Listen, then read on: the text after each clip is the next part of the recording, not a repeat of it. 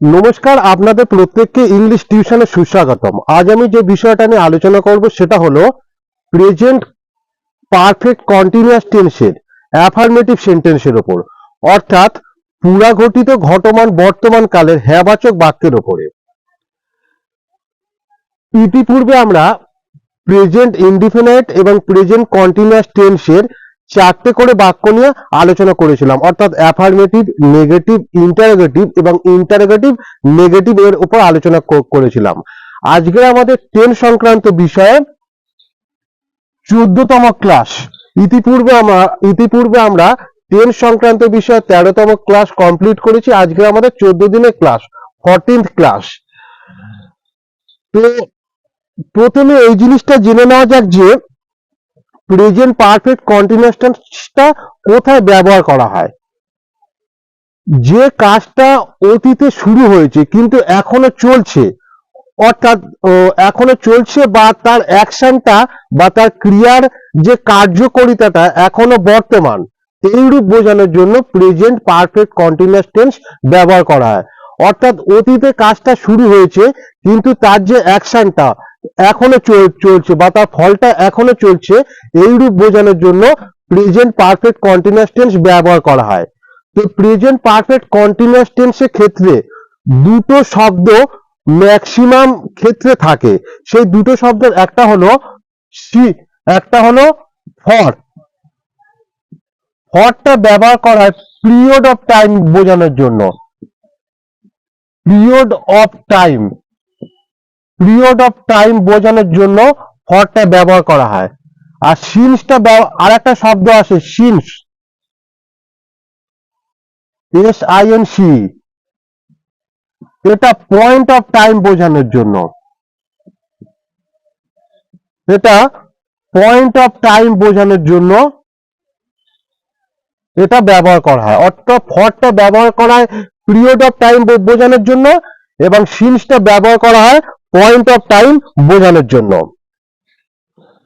এবারে দেখে নেওয়া যাক যে প্রেজেন্ট পারফেক্ট কন্টিনিউয়াস টেন্সের বাক্য গঠনের স্ট্রাকচারটা কেমন।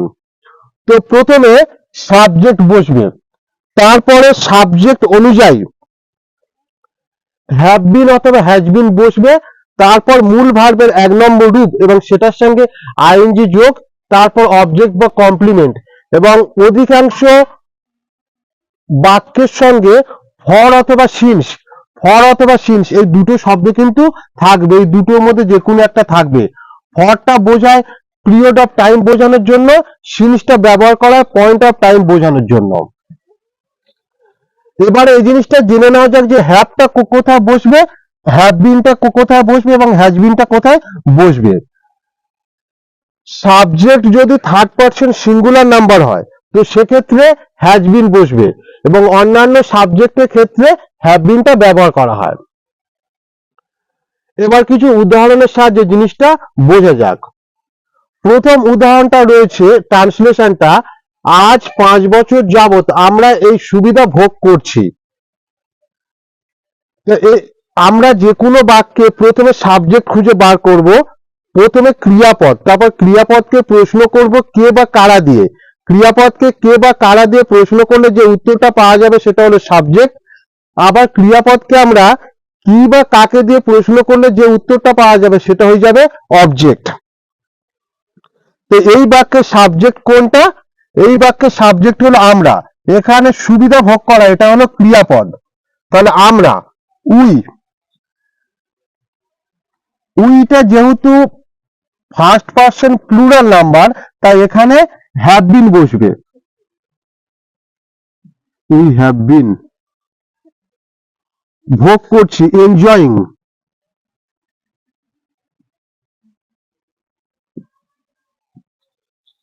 We have been enjoying this. সুবিধা ইংরাজি কি? Privilege, PRIVILEGE,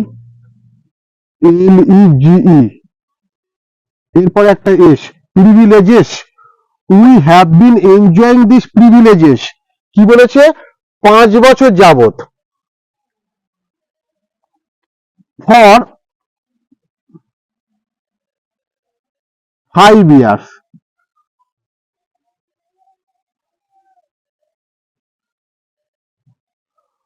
We have been enjoying these privileges for 5 years. আমরা 5 বছর ধরে এই সুবিধাটা ভোগ করছি। তারপরে উদাহরণটা দেখো, 2 ঘন্টা ধরে ঝড় বইছে। 2 ঘন্টা ধরে ঝড় বইছে। এখানে এখানে ক্রিয়াপদ কোনটা? বওয়া। আর এখানে মূল এখানে যে সাবজেক্ট হলো ঝড়, মানে কে বইছে? ঝড় বইছে। তাহলে আমরা এটা লিখতে পারি the storm wind. The storm, STORM, storm wind. এটা যেহেতু থার্ড পারসন সিঙ্গুলার নাম্বার, সেই জন্য এখানে হ্যাজ হবে, has been. The storm wind has been. বাতাস বওয়া, বাতাস বওয়া, এটাকে ইংরেজিতে বলা হয় ব্লো। এর প্রেজেন্ট টেন্সে হলো ব্লো, এখানে প্রেজেন্ট টেন্সটাই বসবে, এর সঙ্গে আইএনজি যোগ হবে।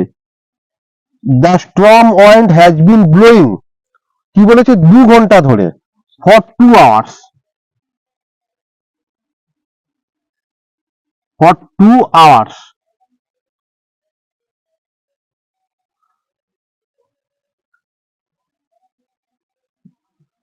The storm wind has been blowing for 2 hours. 2 ঘন্টা ধরে ঝড় বইছে। এবারে 3 নম্বর উদাহরণটা দেখো, সৌমিতা 3 ঘন্টা ধরে উপন্যাস পড়ছে। তাহলে কে পড়ছে? আচ্ছা, এখানে এই বাক্যটার ক্রিয়াপদ কোনটা? পড়া, মানে বই পড়া। তাহলে কে পড়ছে? সৌমিতা পড়ছে। সৌমিতা হলো সাবজেক্ট, কি পড়ছে? উপন্যাস পড়ছে, এটা হলো অবজেক্ট। তাহলে আমরা অবশ্যই সাবজেক্টটাকে আগে লিখবো, সৌমিতা।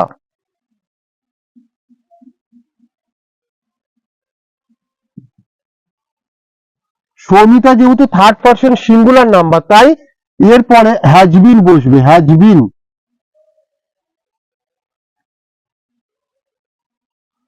তারপরে কি? মূল ক্রিয়াপদ এবং সেটার সঙ্গে আইএনজি যোগ। তাহলে রিড। প্রত্যেকে স্ট্রাকচারটা মিলিয়ে উদাহরণগুলো করতে পারো, প্রত্যেকের কাছে খুব সহজ বলে মনে হবে। প্রথমে সাবজেক্ট, তারপর হ্যাভ বিন অথবা হ্যাজ বিনের মধ্যে যে কোনো একটা বসলো, তারপর মূল ভার্ব এবং সেটার সঙ্গে আইএনজি যোগ। এখানে মূল ভার্ব যেহেতু রিড, READ, রিড মানে পড়া, এর সঙ্গে আইএনজি যোগ হলো। Soumita has been reading the novel. The novel, novel মানে উপন্যাস। আর নোবেল, নোবেল মানে মহান, NOBLE, নোবেল মানে মহান। আর NOVEL, নোবেল মানে উপন্যাস। Soumita has been reading the Nobel ক ঘন্টা ধরে? 3 ঘন্টা ধরে, ফর 3 hours.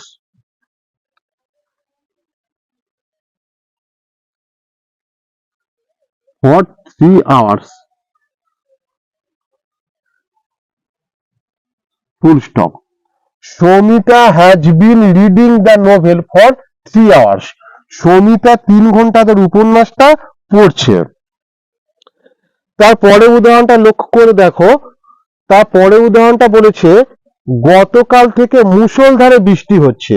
গতকাল থেকে মুষলধারে বৃষ্টি হচ্ছে, ট্রান্সলেশনটা হলো, আচ্ছা মুষলধারে, মুষলধারে, আচ্ছা এখানে মূল যে ক্রিয়াপদ হলো হওয়া, এখানে বৃষ্টি হলো সাবজেক্ট, আর বাদবাকি অংশটুকু অবজেক্ট বা কমপ্লিমেন্ট। এবারে তাহলে এটা আমরা এইভাবে লিখবো। এই ধরনের বাক্যের ক্ষেত্রে সাধারণত আমরা ইন্ট্রোডাক্টরি ইট ব্যবহার করব, introductory it.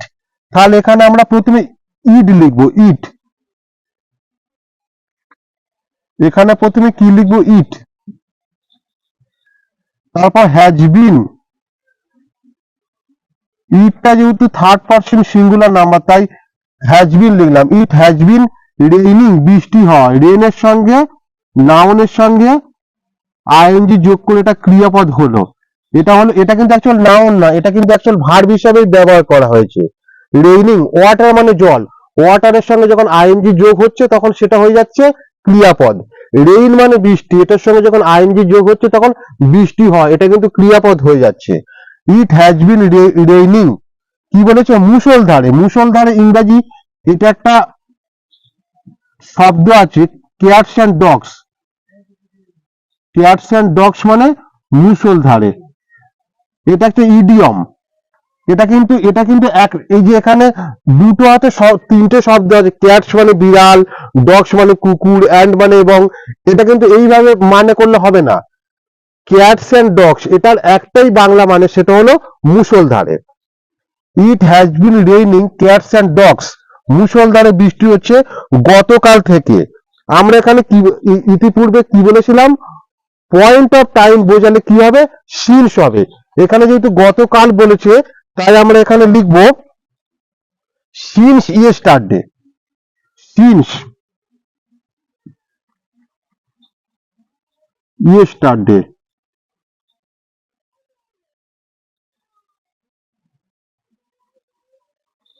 Since yesterday. It has been raining cats and dogs since yesterday, গতকাল থেকে মুষলধারে বৃষ্টি হচ্ছে। এর বাংলার এটা হলো ট্রান্সলেশন। তারপর 5 নম্বরটা খেয়াল করে দেখো, আমি রুমার জন্য 2 ঘন্টা ধরে অপেক্ষা করছি। আমি রুমার জন্য 2 ঘন্টা ধরে অপেক্ষা করছি। এখানে মূল ক্রিয়াপদ কোনটা? অপেক্ষা করা। অপেক্ষা করা হলো মূল ক্রিয়াপদ। আমি ক্রিয়াপদকে প্রশ্ন করছি, কি অপেক্ষা করছে? আমিটা হলো সাবজেক্ট। এবারে ক্রিয়াপদকে আবার আমি প্রশ্ন করছি, কার জন্য? কার জন্য? এখানে অবজেক্ট, এখানে এটা দাঁড়াচ্ছে রুমার জন্য, তাই রুমা হলো অবজেক্ট, আমি সাবজেক্ট, রুমা অবজেক্ট, অপেক্ষা করা হলো ক্রিয়াপদ, আর বাদ বাকি অংশটুকু ও কমপ্লিমেন্ট। এখানে তাহলে ট্রান্সলেশনটা আমরা লিখবো, আইটা আমরা প্রথমে দেবো। আইটা যেহেতু ফার্স্ট পার্সন সিঙ্গুলার নাম্বার, তাই এটার পরে হ্যাভ বিন হবে। আই হ্যাভ বিন, তারপরে মূল ক্রিয়াপদের 1 নম্বর রূপ এবং সেটার সঙ্গে আইএনজি যোগ। মূল ক্রিয়াপদ এখানে কোনটা? অপেক্ষা করা। আই হ্যাভ বিন ওয়েটিং, কার জন্য? ফর রুমা, রুমার জন্য।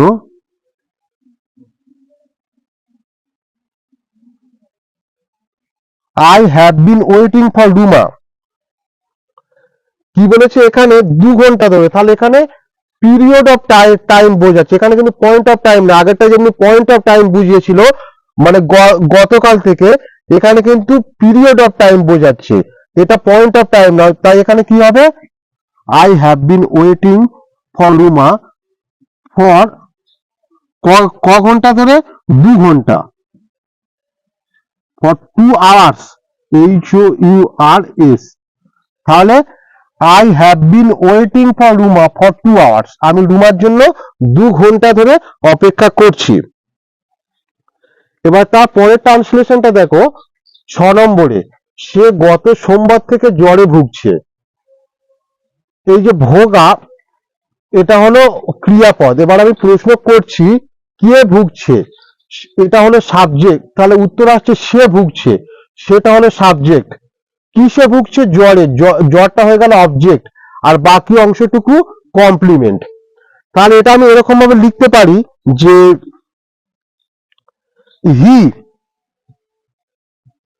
হিটা যেহেতু থার্ড পার্সন সিঙ্গুলার নাম্বার, তাই হির পরে হ্যাজ বিন বসবে। He has been. আচ্ছা, এই ভোগা মানে কোনো অসুখে ভোগা, এটাকে ইংরেজিতে বলা সাফার। SUFFERING।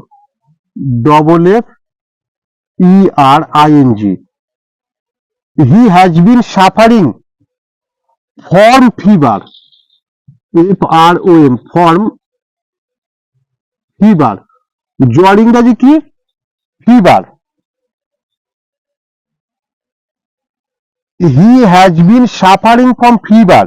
কি বলেছে? গত সোমবার থেকে। এখানে কিন্তু আবার পয়েন্ট অফ টাইম বলেছে, এখানে কিন্তু পিরিয়ড অফ টাইম নয়। এটা দেখো সোমবার থেকে বলেছে, তাহলে এটা কি বোঝাচ্ছে? Point of time. তো পয়েন্ট অফ টাইম বোঝালে আমি কি বলেছিলাম? সিন্স বসবে, since. Since last Monday, last মানে গত, মন্ডে মানে সোমবার। তাহলে গোটা ট্রান্সলেশনটা কি হলো? He has been suffering from fever since last Monday, মানে সে গত সোমবার থেকে জ্বরে ভুগছে।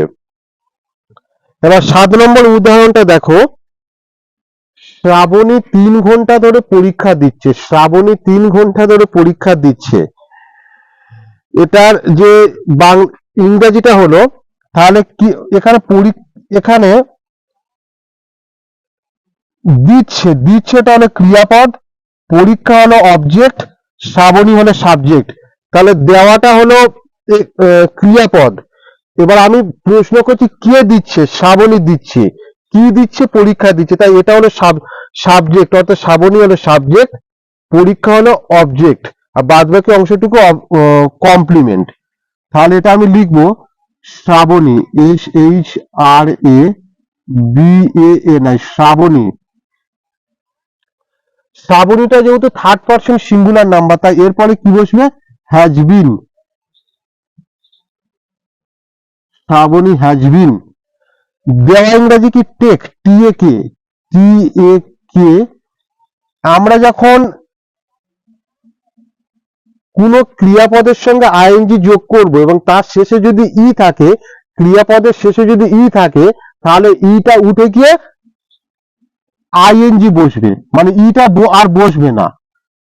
Shrabani has been taking the examination,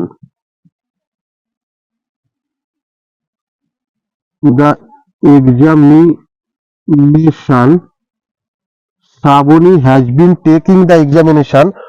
কি বলেছে? 3 ঘন্টা ধরে। এখানে 3 ঘন্টা, 3 ঘন্টা বলতে তাহলে এখানে আমরা পিরিয়ড অফ টাইম বোঝাবো। পিরিয়ড অফ টাইম বোঝালে কি বসবে? For 2 hours. কি বলেছে না? 3 ঘন্টা, ফর 3 আওয়ার্স, ফর 3 আওয়ার্স। এগুলো পরীক্ষাতে 3 ঘন্টাই হয়, যদিও কলেজের অনার্সের পরীক্ষাগুলো 4 ঘন্টা। Shrabani has been taking the examination for 3 hours. Shrabani 3 ঘন্টা ধরে পরীক্ষা দিচ্ছে। এই হলো আমাদের প্রেজেন্ট পারফেক্ট কন্টিনিউয়াস টেন্সের অ্যাফার্মেটিভ সেন্টেন্সের উদাহরণ। প্রত্যেকটি বলা হচ্ছে যে স্ট্রাকচারের সঙ্গে মিলিয়ে উদাহরণগুলো করবে। আশা করি প্রত্যেকের কাছে জিনিসটা অত্যন্ত সহজ বলেই মনে হবে। আমাদের চ্যানেলে ভিডিওগুলো সম্পর্কে আপনাদের যদি কোনো কিছু মতামত থাকে, তাহলে নিচে কমেন্ট বক্সে লিখে অবশ্যই জানাবেন। ধন্যবাদ।